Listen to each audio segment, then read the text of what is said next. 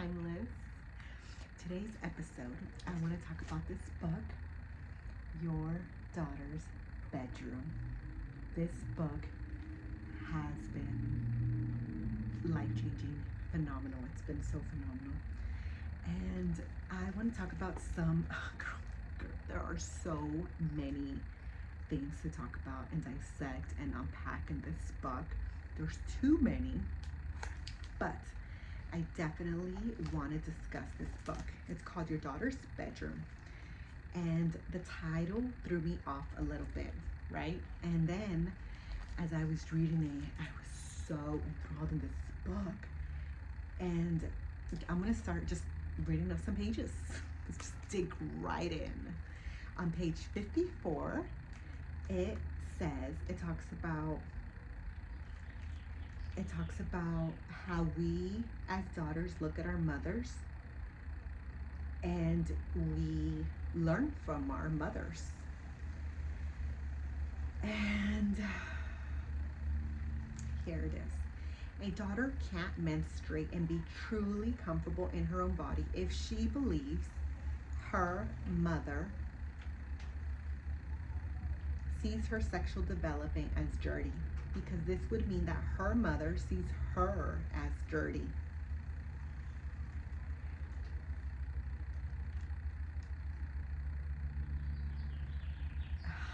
There's just so much going on here, and I'm going to take a pause because this book really helped me understand the dynamics and the intergenerational trauma. And here on page 55, it talks more about this. If a mother lacks this confidence in her own value, the odds will be against her daughter, because she'll in all likelihood grow into a woman who has difficulty feeling confident in her body. And since she'll spend her entire life living in that body, this is a huge deal. It will be the body she makes love in, the body she goes to work in, the body she socializes in, the body she raises her children in. And this lack of body confidence will contaminate her sense of herself in far more areas than just her sexuality. Naturally, this is not at all what mothers intend. So even though these things are hard for us to think about, being aware of the possible harm we might be doing our daughters presents us with the exciting and empowering ability to change the course of their lives for the better. The more we value them at home, the more confident they'll be as they go out into the world and face the challenges it presents women.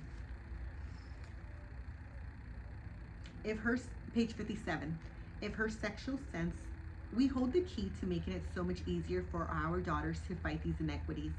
A girl's sense of who she is in the world is developed in her home. If her sexual sense of herself is grounded in that home through a positive attachment to her mother, whom she recognizes as a sexual being just like her, she won't ever have to worry that her mother will judge her for her biological functions or for being sexual, or worse yet, fear she'll lose her mother's love if she acts on her natural sexual inclinations.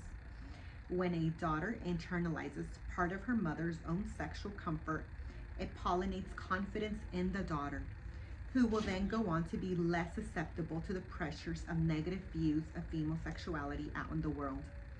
It's impossible for women not to absorb our culture's archaic take on how and when and with whom we should use our bodies. But if we expose our daughters to our strengths rather than our fears, our desire for their confidence will be what they assimilate into how they see themselves. And now on page 59.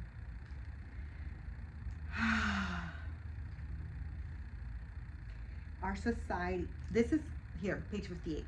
This is how sexism seeps into the mother-daughter relationship. Culture rains down on us shameful messages about menstruation. We unconsciously absorb them, and the runoff reaches our daughters. Our society makes us uncomfortable with the subject, and that discomfort inhibits our ability to reach out to try to change things for our daughters. We're not teaching them to understand their bodies, and they're afraid to come to us for help. But maybe we shouldn't be surprised. They sense our discomfort, and sometimes they learn not to come to us because we teach them they shouldn't. Although we love them, many of us have been avoiding the subject of sexuality from the beginning, long before our daughters' adolescence began to inch near. And when that time finally does arrive, we follow suit in administration to the list of things we dodge. Because no woman ever taught us how to go about it. Even if we do try talking to our daughters about sexual matters, it can still feel like scary business. So we do it in a quick, detached manner, like an inoculation or a drive-by shooting. In all of these ways, we risk sending our daughters messages that foster shame. Mothers don't avoid or fear things that are normal and healthy, and our daughters know this. They take in our direct and indirect lessons that sexuality and menstruation are somehow disgusting and not good. Otherwise, why wouldn't we teach them about these issues, just like we teach them about everything else? What this means is we're making our shame and dread, not our daughters, our priority.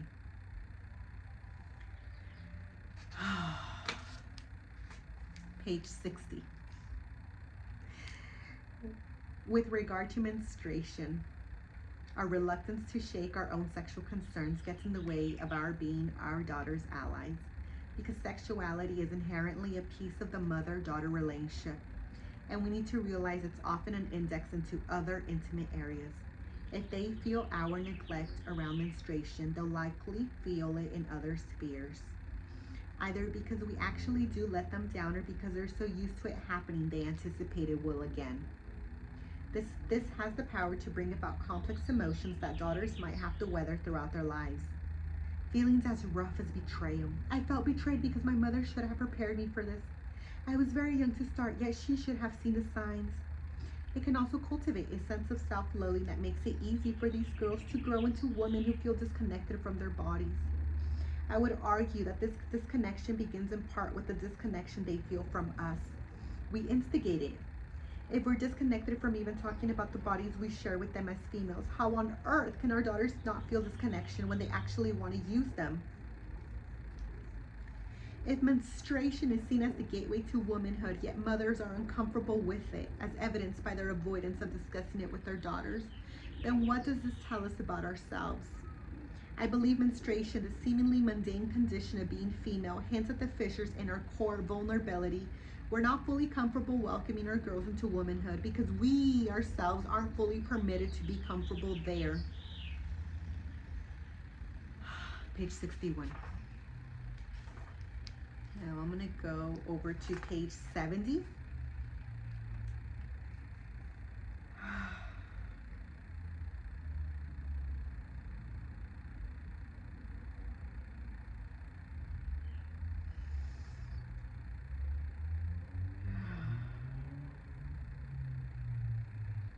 Oh, here's something. The fact is that men have been jealous of women's ability to give birth, and they have envied their ability to menstruate. But men have not been content with turning these capacities into disabilities, for they have surrounded the one with handicapping rituals and the other with taboos that in most cases amount to punishments. Nowhere is this dynamic more clear, he says, than in the Old Testament creation story in which it is Adam who gives birth to Eve. The history he unearths on the shaming of menstruation begins with men's frustration that they can't bear children. He asserts that men, in an effort to devalue this ability in women, turn menstruation and child rearing into a handicap. In addition to testifying to men's attempts to elevate their stature by demoting women, he cites another compelling reason for men to shame menstruation and childbirth: doubt about paternity.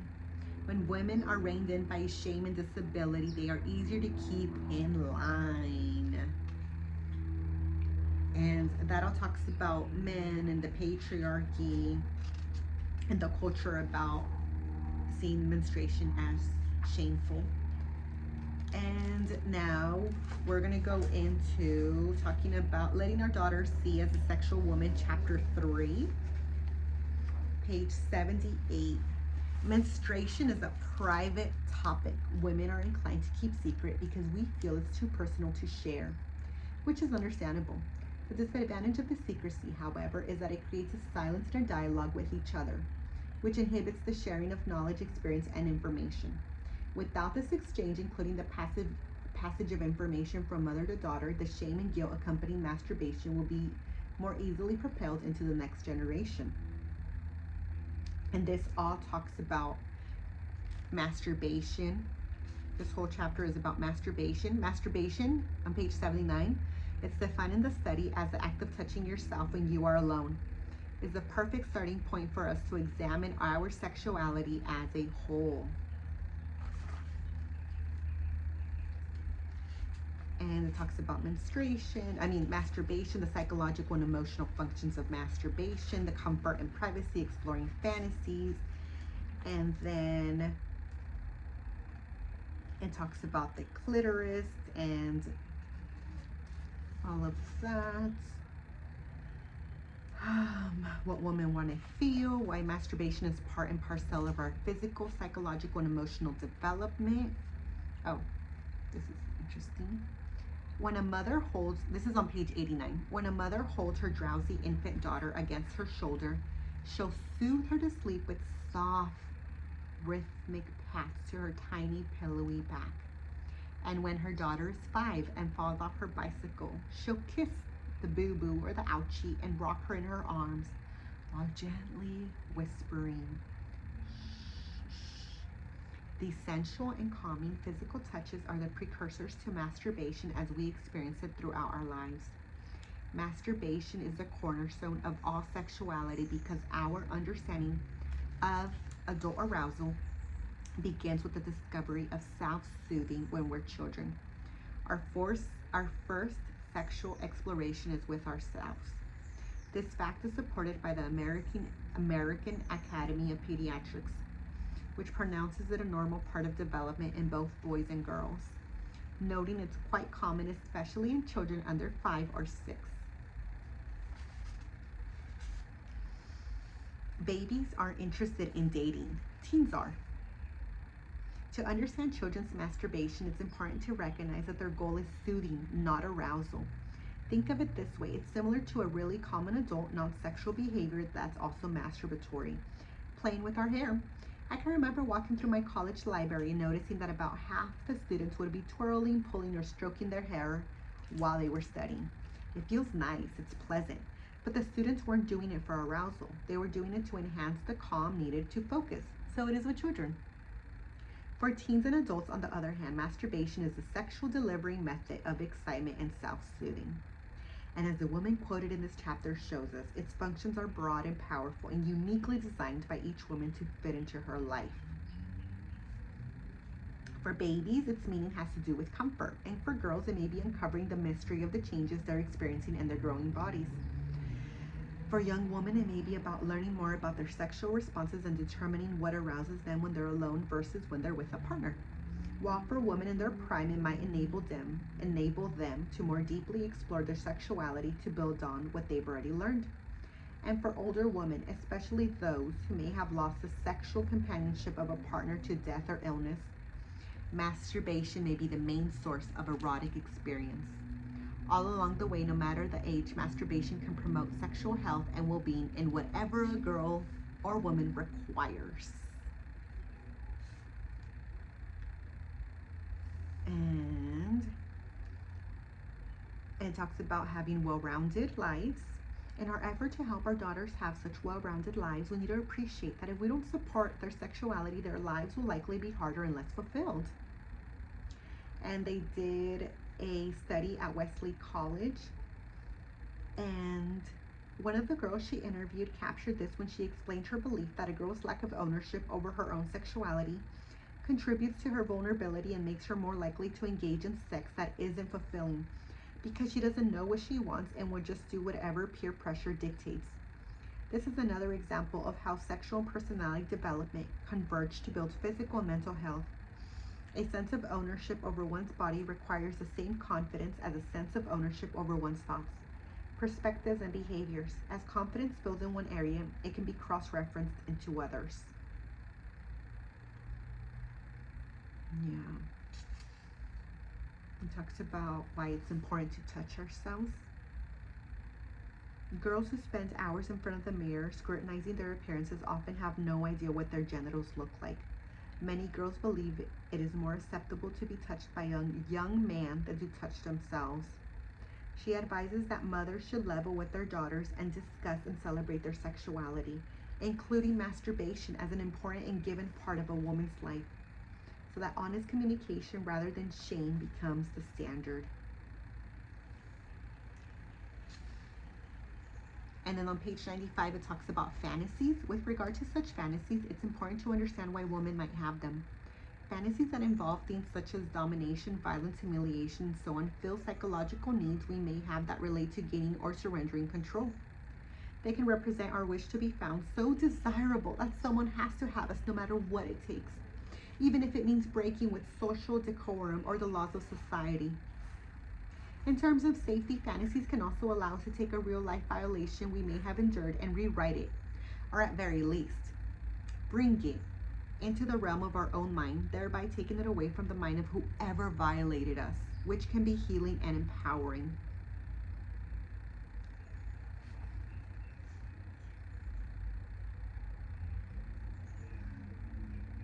If a woman, on page 96, it talks about, I'll read it.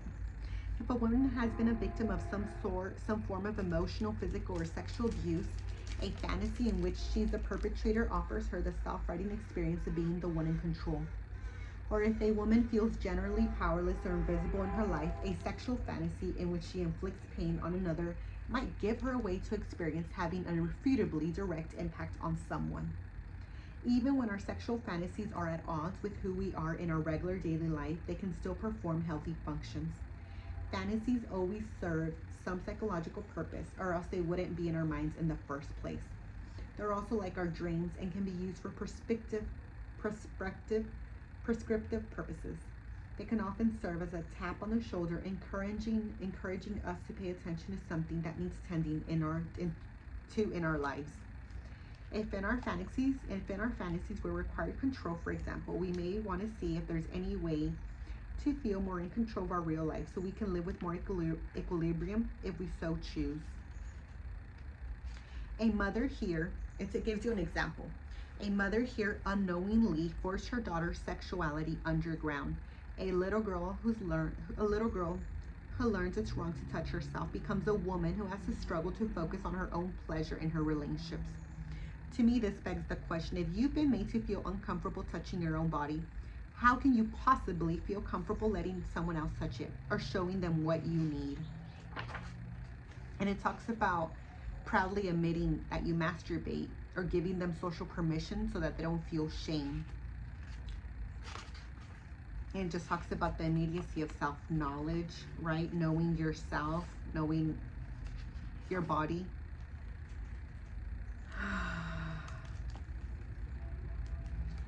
And it talks about, masturbation and how you can heal trauma.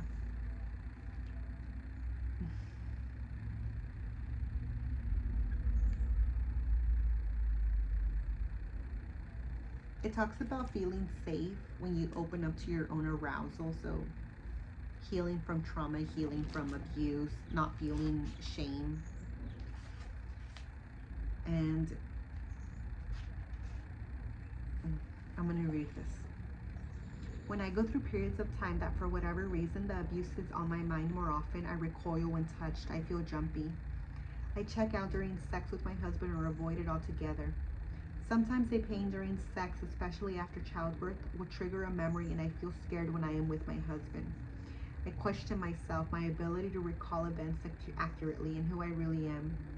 Am I for use by someone else, or should I have a say in things? When I have a say about sexual matters, I often question it.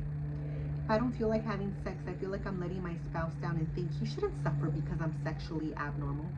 And I do it anyway with no regard for my own feelings. I can't tell when my lack of desire is related to my abuse and when it's just normal ups and downs. And all of this is because, she's talking about her experience, and all of these daughters were left to move through their sexual trauma alone without being able to share that. And it just talks about all of that. And page 108, sexual violence isn't something that's easy for us to think about. But I offer up these young women's narratives to jar us awake enough to want to do all that's in our power to let our daughters know we will always be there to honor and take care of them when they're in pain, and to do our best to raise them with a self-respect that will give them the surest footing possible should they encounter the anguish of sexual crimes. One of the key markers of a daughter's self-respect is having been respected by her mother. I'll say that again, page 108. One of the key markers of a daughter's self-respect is having been respected by her mother. A mother who listens to her daughter respectfully and who respects her daughter's sexual integrity is far likelier to raise a woman with a solid sense of self that can only benefit her ability to cope in a crisis. There's an expression in child development that the last developmental milestone achieved will be the first loss to regression under stress. For example, if a child has just learned how to consistently use the toilet under stress or trauma, she may regress and stop using it because she's overwhelmed and psychologically needs to go back to the more certain ground of diapers. Physical health operates by a similar principle. If a woman's health is already compromised by a heart condition and she has to have her appendix removed, her recovery will be at greater risk of complication because she was already in a weakened state. The same is true for the development of our sexual health. Without a secure baseline of sexual health and body confidence, if trauma occurs and coping was already compromised in its development, then a girl or woman's ability to function will be even more impaired under the strain of assault. Rape and sexual abuse are hellish experiences to go through. By having a strong baseline of sexual health, which includes an appreciation of female sexuality, ownership over one's body, and the ability to engage in discussions around sexual matters without fear of being judged, will put one in the best possible position to heal. And all of that was really profound to me, and it really spoke to me and resonated. On chapter 4, the lifelong conversation with our daughters about sexuality. Let's move over to chapter 4. I highlighted the following guidelines will help mothers become more confident sexual educators by providing an in-depth understanding of masturbation. Birth to age 3. Important mothering tasks at this age are love her in all ways, including being physically affectionate and emotionally comforting. Teach her the accurate names for all of her body parts without drawing moral distinctions between them. Be conscious of the importance of physical connection and sensuality from the beginning of her infancy so that your comfort with its role in her life will grow right along with her. And it talks about everything about babies. If you notice your daughter is rubbing herself, remember it's not sexual for her. She's doing it because it feels good and it's soothing her. She might tend to it when she's sleepy, for instance, and it isn't something you need to comment on. But because our culture isn't very open with masturbation, as she gets older, if she's doing it in public in a way that makes you uncomfortable and you feel you have to say something, be mindful not to shame her.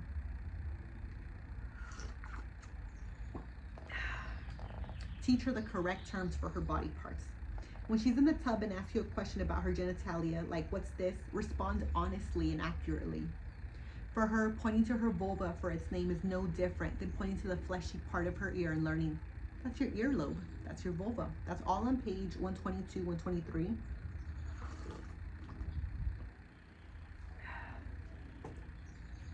I really enjoyed reading this entire chapter. And on page 26,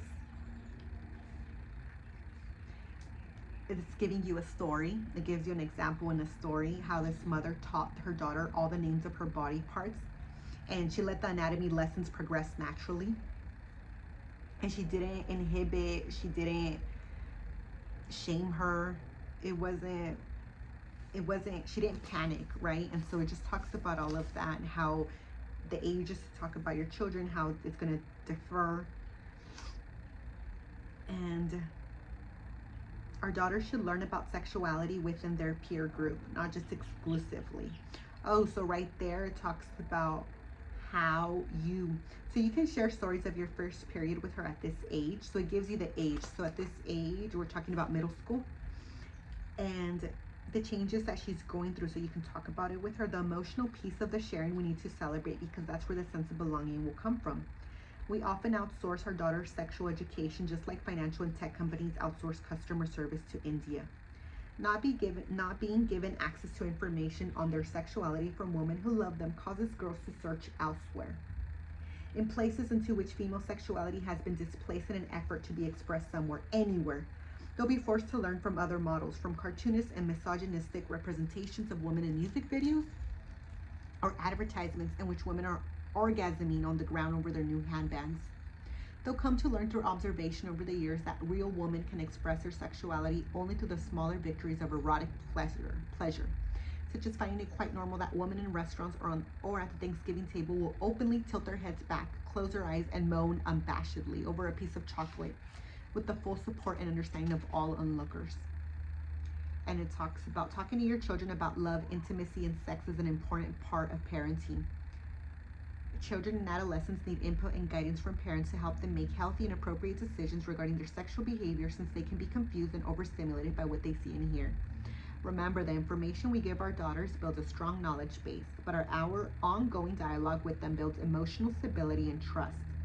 And that's all from the American Academy of Child and Adolescent Psychiatry.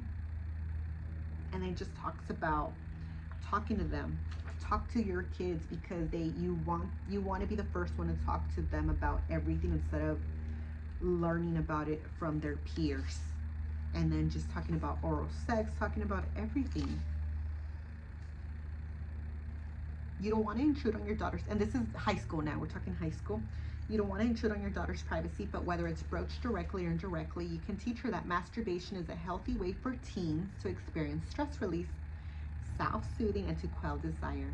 It is by far the healthier alternative to other more destructive ways teens cope, like engaging in stress eating, purging, self-mutilation, promiscuous sex, or consuming alcohol or drugs. Then it gives you a lot of resources and just everything. Your daughter will benefit from hearing you say it. Chapter 5, what do you most want to know about your mother but would never ask? And then it goes on to talk a lot about mothers and daughters and everything that we don't hear our parents talk about, and we wish they would disclose all of that information. And on page 156, it says, we do not intentionally put up this wall against our daughters, yet an emotional block develops that often feels insurmountable. The consequence of our silence is that it causes our daughters to step into the role of protecting us, being careful of our vulnerabilities instead of receiving the intimacy they want by asking us about our lives. Mothers aren't meant to be their daughters' best friends. I understand there are daughters who would be unnerved at learning something about their mother's sexuality that they found to be upsetting.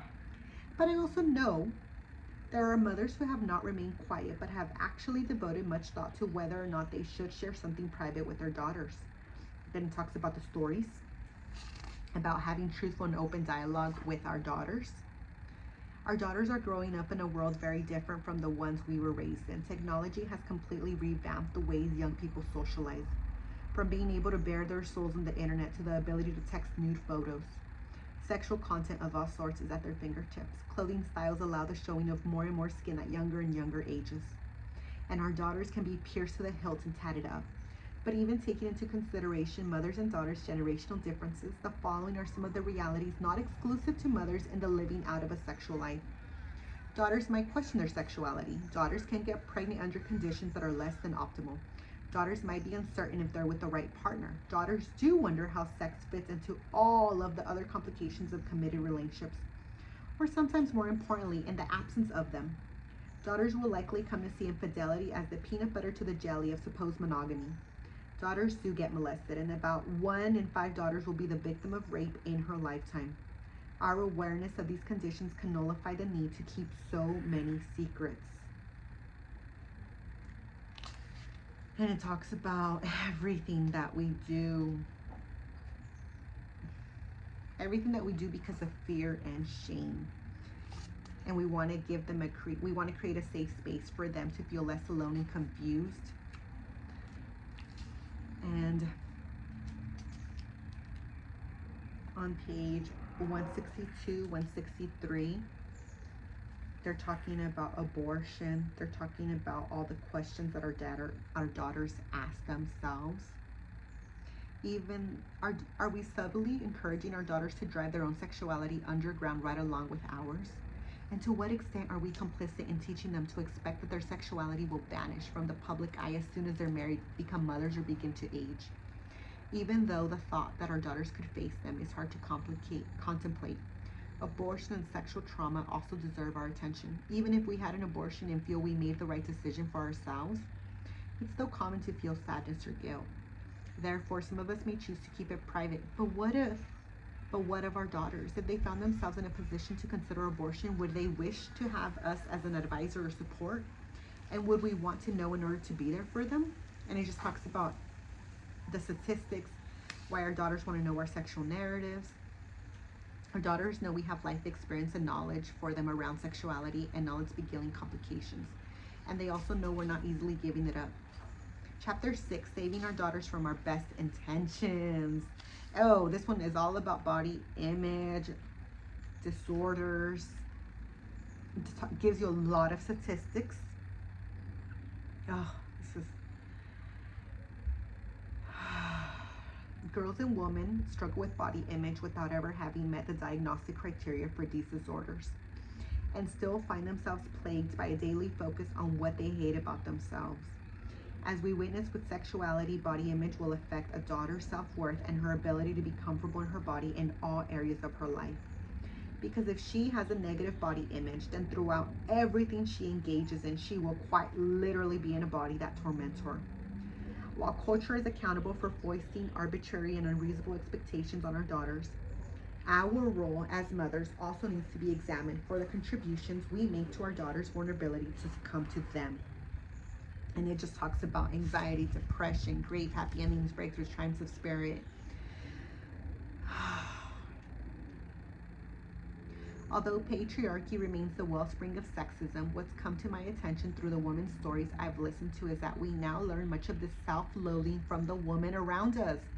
Most destructively, our mothers. To help combat this, all women, not only mothers, need to be mindful that girls learn to be women in 3 ways. Through what we say to them, through what they observe in us, and through what they observe in our interactions with each other. And it talks about poor body image and teens and our fixation with body image and all of that. Daughters disclose the power we as mothers have over how they see their bodies. We convey it through our competition with them, the expression of our own self-loathing in front of them, and our pressuring of them to improve their bodies.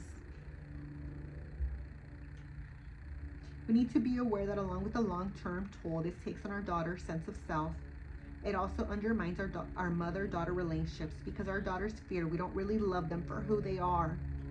And if they believe they are a disappointment to us, their prospects for feeling worthy of the love of others is significantly diminished.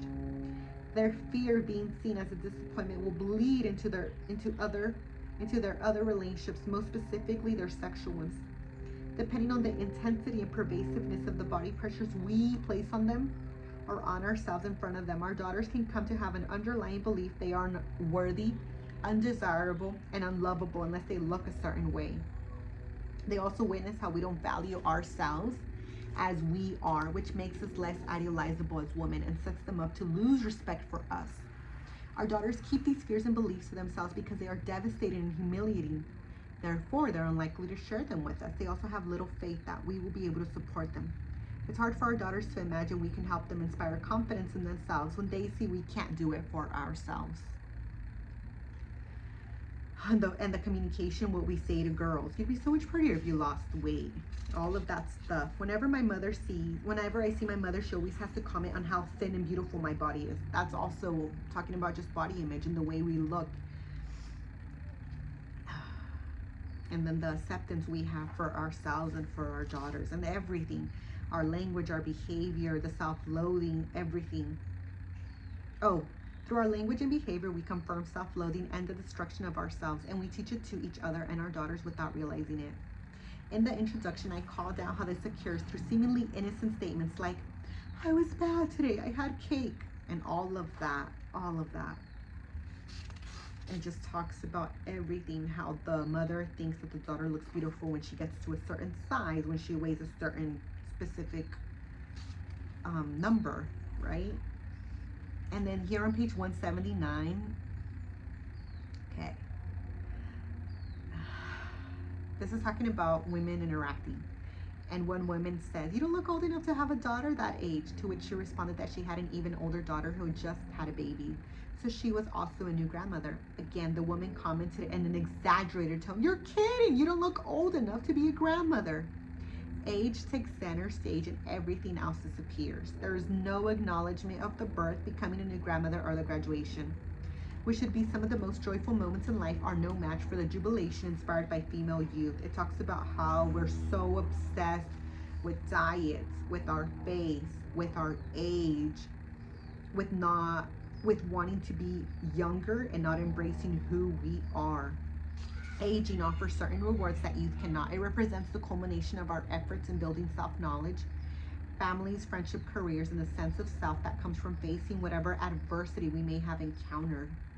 Aging is to be honored. Youth certainly has its own set of rewards, but to dwell on them to the exclusion of those that come later in life, causes a stagnation of the self. It keeps us from experiencing an appreciation of living an entire life, not just the beginning.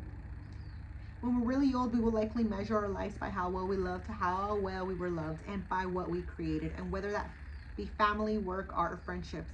Even if we have chosen to have them, we will probably not measure our lives collagen injection by collagen injection. It just goes on about how it affects our mental health. The undermining itself isn't helpful, but the psychological goal it's hoping to achieve is necessary in maintaining mental health. So the task at hand for mothers is to help our daughters reach the goal of safety through means other than this undermining.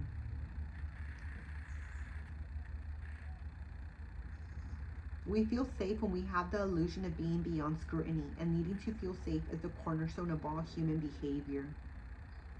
Understanding the psychological mechanics of scrutiny can help us move past our fixation with body image and whatever cultural forces happen to be dictating the definition of beauty for any particular generation. One does not have to believe she is the most perfect creature to have walked the face of the earth. What's needed is a realistic appreciation of who we are. That is where a true sense of safety can come from. It just talks about, it's so amazing. Scrutiny is what lives at the root of our insecurities about our physical self, and here is how it works psychodynamically. When we scrutinize ourselves, we already know how we'd like to be different. At its healthiest, this dissatisfaction might motivate us to make a change in our lives that would work toward that goal. In other words, sometimes we use scrutiny to irritate ourselves into action that may enhance our confidence. A simple example of this would be allowing our irritation with the current haircut to motivate us to get a different one we feel better in.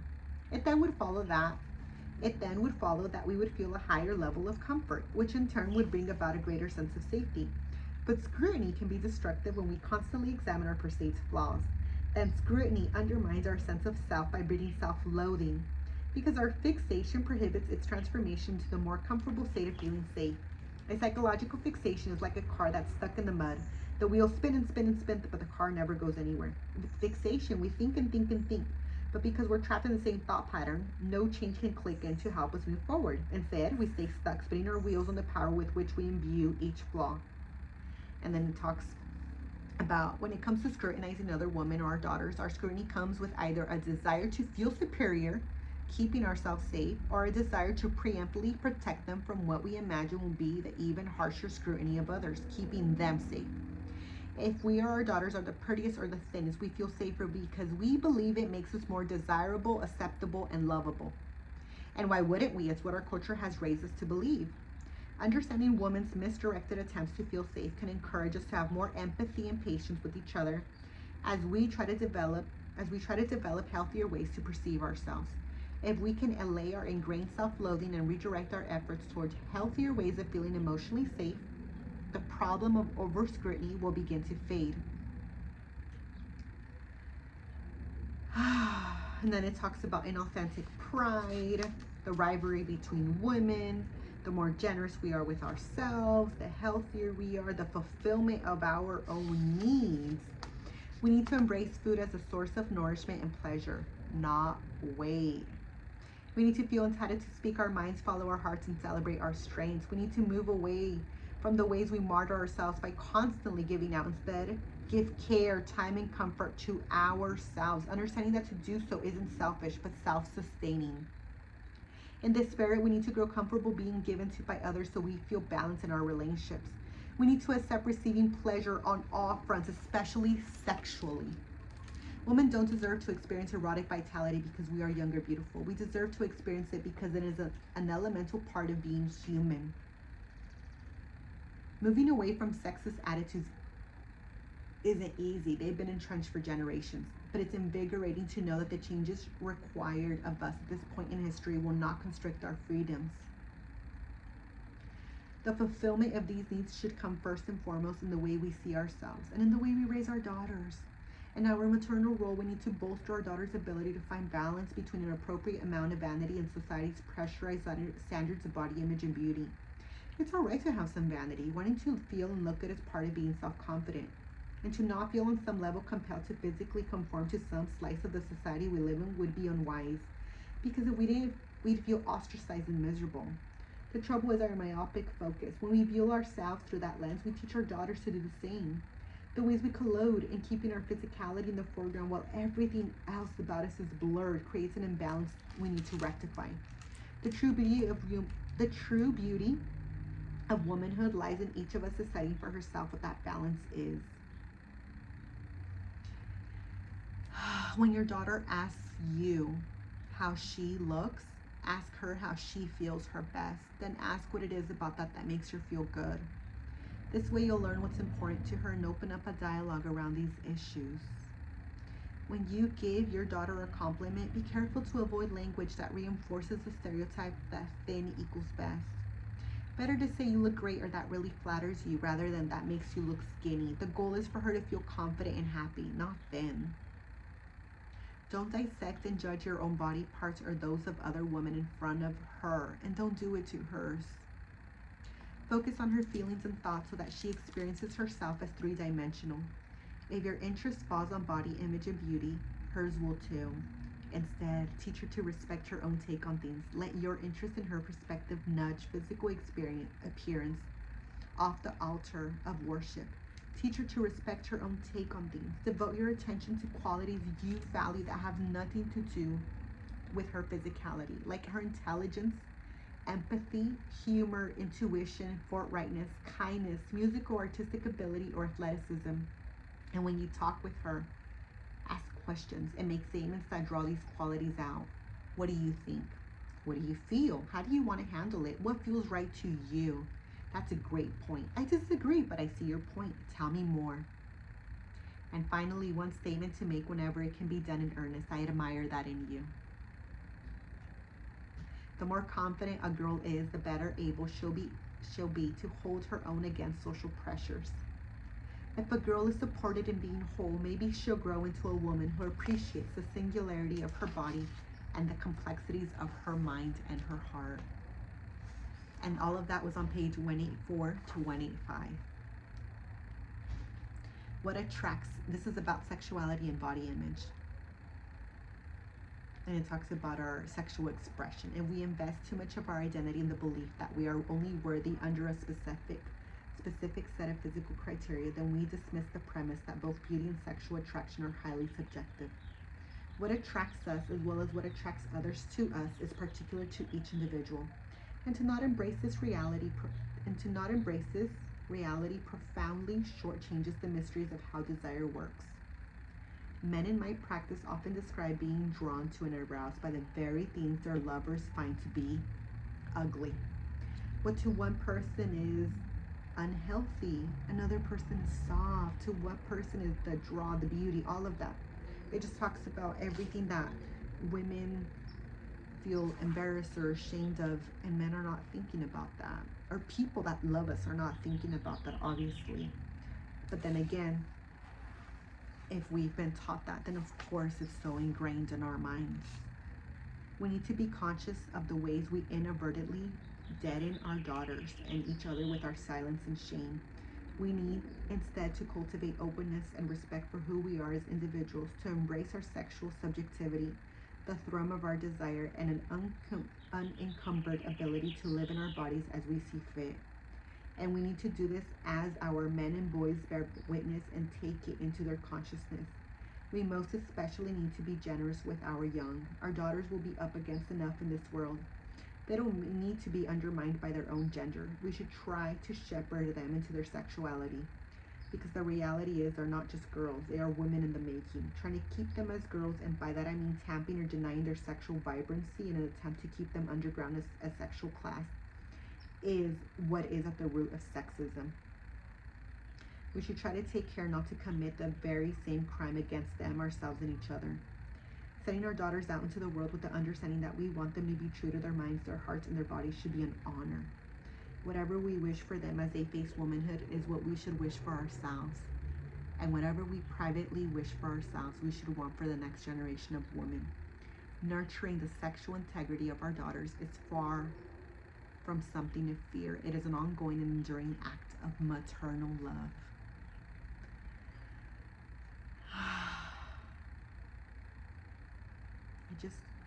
I hope that everybody learns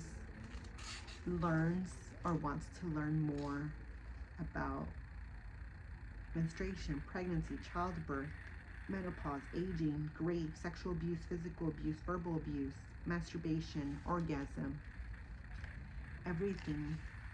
And the inability to have children and not having children by choice as well. Physical appearance, body image, it gives you a bunch of questions at the end of the book to answer, like, do you masturbate? And then, I just think that everyone, I highly recommend this book to everyone, because it really did make me think about a lot of the topics it talked about, and also my own personal experience, and just being a woman, being a daughter, and now I'm a mother. So I hope that everyone can pick up that book and listen to it, or listen to it on audiobook. And if you have any questions about that book, I would love to talk about it more and unpack more, because every day something comes up and I'm like, wow. And I ponder and I think and I journal and I question it. And it's amazing to come out of that box and just know that I'm doing it for the next generations of women. So thank you so much for watching today's episode of Crumpets and Tea with me, Timeless. Have the most amazing, spectacular day.